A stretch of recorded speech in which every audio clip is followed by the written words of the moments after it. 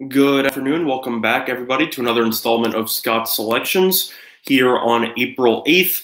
Just to address the quick elephant in the room, yes, I'm still alive. And the reason why we haven't had any videos the last couple of days, as I addressed on my Twitter, is that I became pretty ill with both a sinus infection as well as stomach virus. And I'm still currently dealing with that, but I'm finally healthy enough and I'm on enough medication for me to actually be willing to come back on camera to show my face once again. My voice seems to have come back a little bit, but the medicine has helped. And plus, it wouldn't be a fitting thing if all my bets so far pretty much came on college basketball, and now we have the championship game, and then I went AWOL for the championship game as well. So needless to say, we are going to be covering the championship game as our play of the day here on April 8th. In terms of this past weekend, just a quick recap of some of the Final Four games, since we're going to be talking about the two winners of those games for the play of the day. I was definitely a lot more impressed with Texas Tech's win over Virginia's. Thank you very much, Phil. Appreciate it.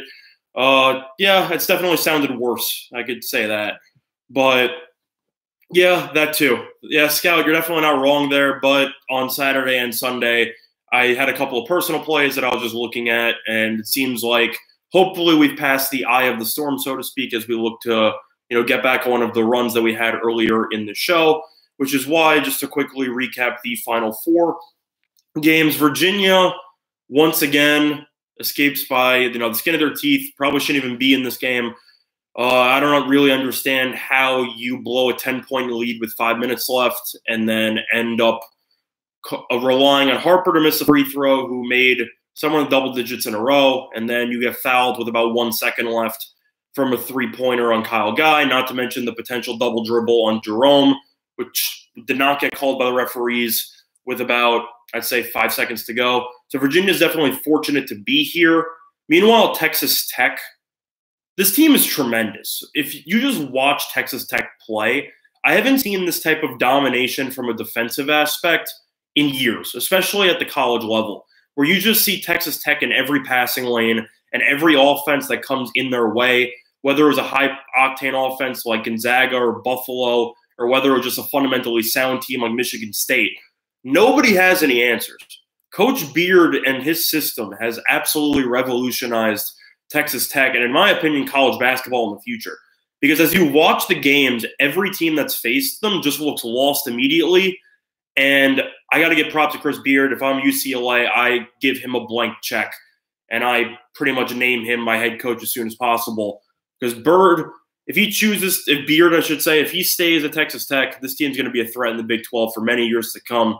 And for high-profile recruits, it's not the most glamorous style of basketball, but at the same point, he's tremendous. I think right now, I think Coach Beard's a top 5, top 10 coach in college basketball right now. Thanks, B-Phils. Nice to see you again, too, based on that. So I personally think that, and he was even named AP Coach of the Year. So based on that, I think where we're going to be going for this title game.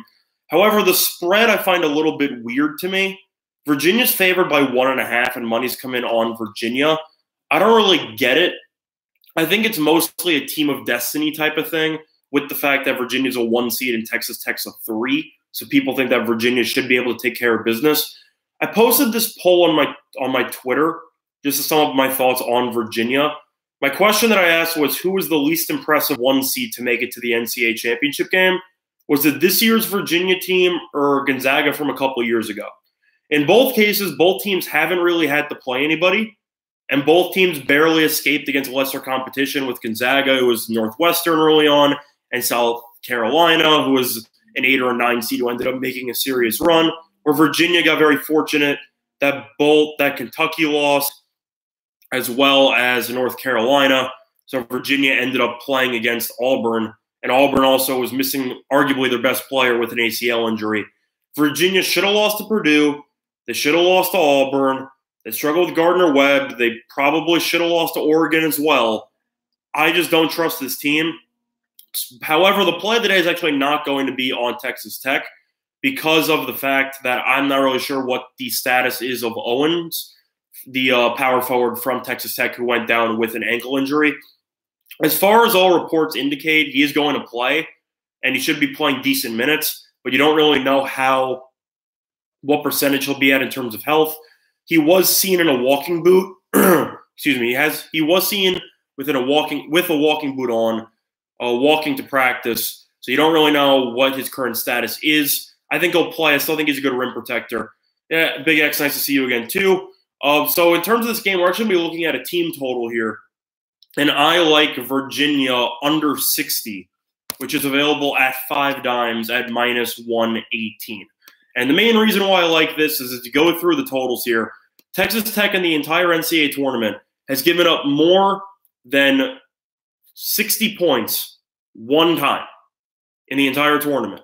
And it was to Gonzaga, and they gave up 69 points. And Gonzaga was a top 5 offense in the entire country. So I'm just going to run through the teams here. Northern Kentucky, 57 points.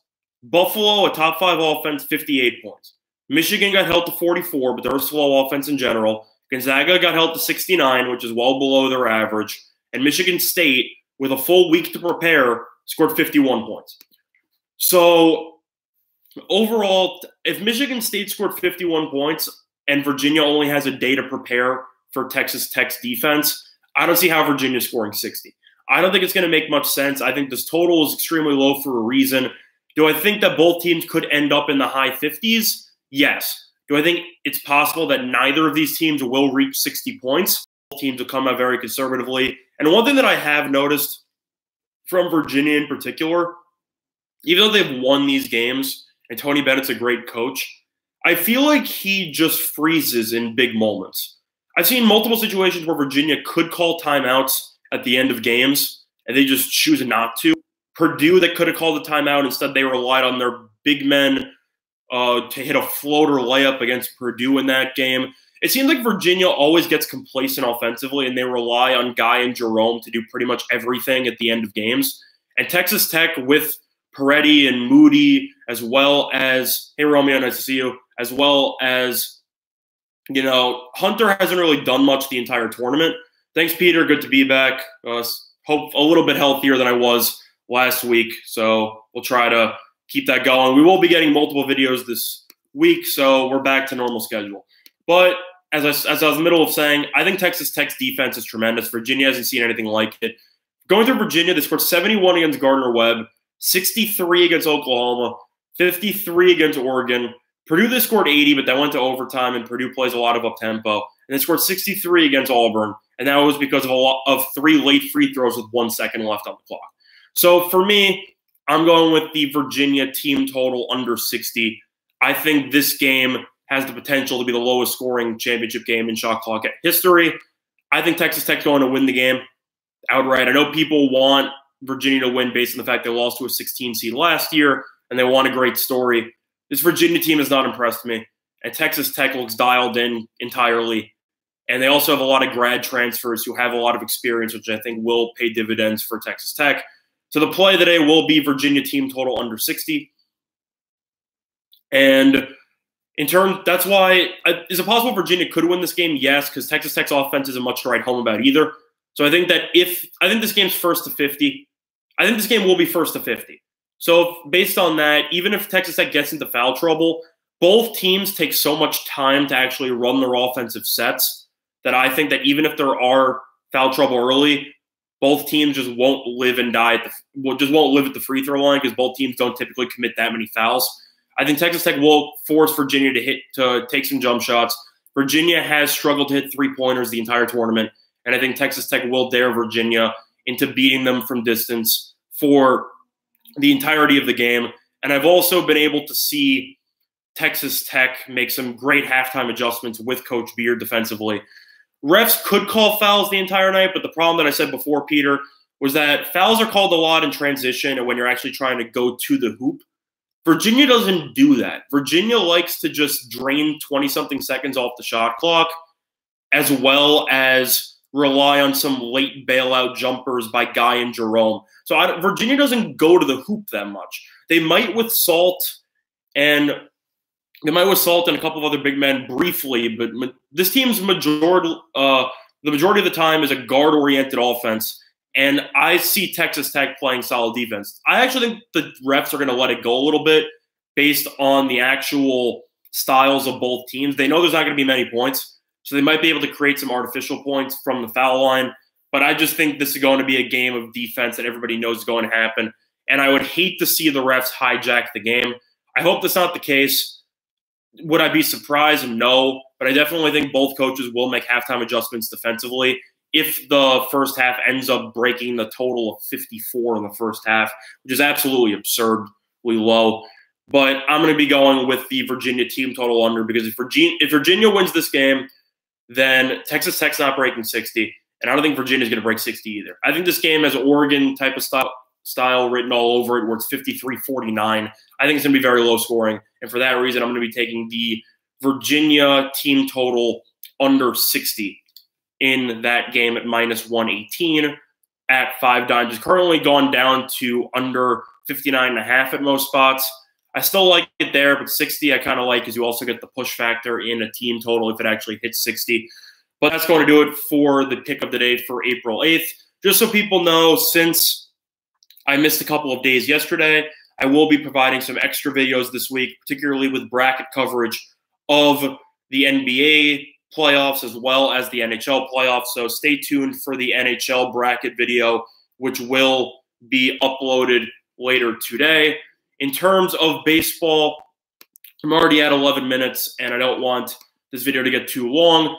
So what I might do is I might just post my baseball leans on my Twitter, and we will just do it that way.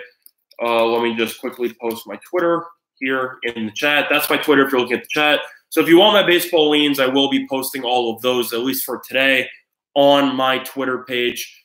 Won't be going that far into depth. I will just be posting my thoughts on the games.